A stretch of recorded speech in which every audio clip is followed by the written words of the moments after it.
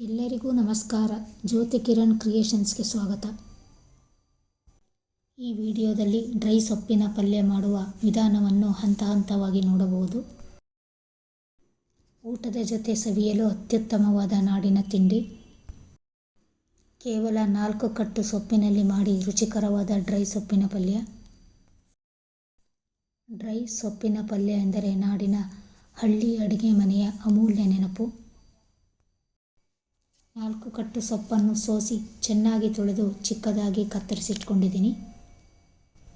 ಈ ಸೊಪ್ಪಿನ ಪಲ್ಯ ಒಂದು ತಿಂಡಿ ಅಲ್ಲ, ಅದು ಹಳ್ಳಿಯ ಸೌಮ್ಯತೆ, ತಾಯಿಯ ಕೈಯ ತಾಪ, ಮಣ್ಣಿನೊಳಗಿಂದ ಮೂಡುವ ನಾಡಿನ ಆತ್ಮ.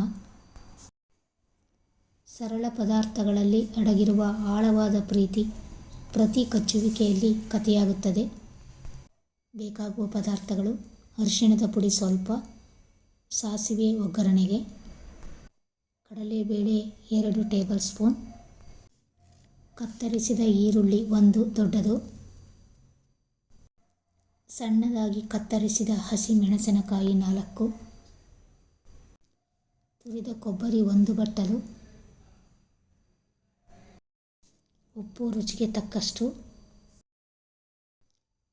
ಅಡುಗೆ ಎಣ್ಣೆ 2 ಟೇಬಲ್ ಸ್ಪೂನ್, ಕತ್ತರಿಸಿದ ಕೊತ್ತಂಬರಿ ಸೊಪ್ಪು ಸ್ವಲ್ಪ, ನಿಂಬೆಹಣ್ಣು ಅರ್ಧ ಹೋಳು.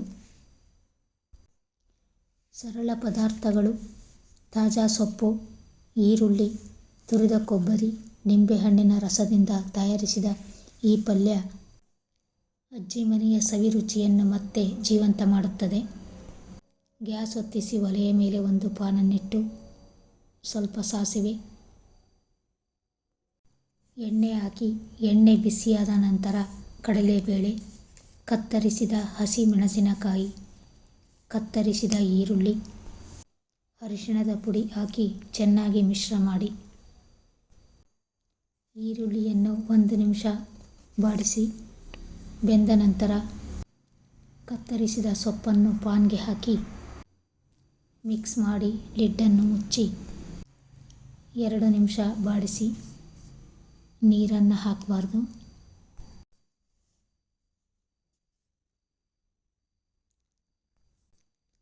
ಹಸಿರು ಸೊಪ್ಪಿನ ಸುವಾಸನೆ ಗಾಳಿಯಲ್ಲಿ ಹರಡುವಾಗ ಅಜ್ಜಿ ಮನೆಯ ಅಡುಗೆ ಮನೆಯ ನೆನಪುಗಳು ಮೌನವಾಗಿ ಕಾಡುತ್ತವೆ.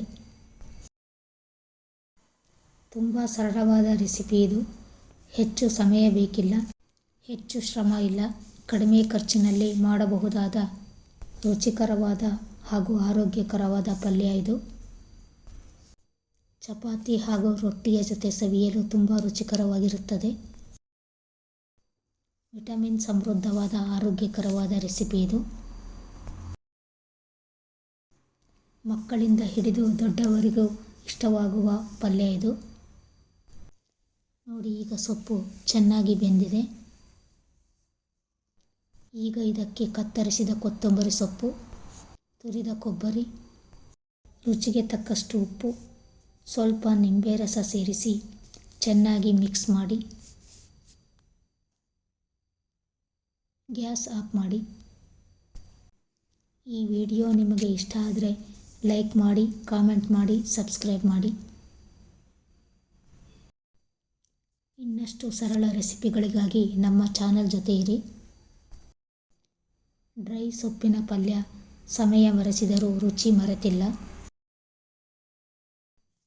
ಇನ್ನೇಕೆ ತಡ, ಈಗಲೇ ಮಾಡಿ ರುಚಿ ನೋಡಿ.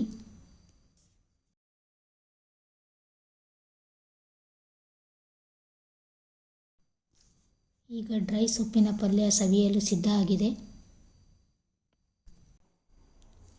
ಸಾಂಪ್ರದಾಯಿಕವಾದ ಕರ್ನಾಟಕದ ಹಳ್ಳಿ ಸೊಗಡಿನ ಪಲ್ಯದ ಸವಿಯನ್ನು ಸವಿದು ನೋಡಿ. ಖಂಡಿತ ನಿಮಗೆ ಇಷ್ಟ ಆಗುತ್ತೆ. ನಿಮ್ಮ ಭೇಟಿ ಮುಂದಿನ ವಿಡಿಯೋದಲ್ಲಿ ಹೊಸ ರೆಸಿಪಿಗಳೊಂದಿಗೆ. ಅಲ್ಲಿವರೆಗೂ ನಮಸ್ಕಾರ.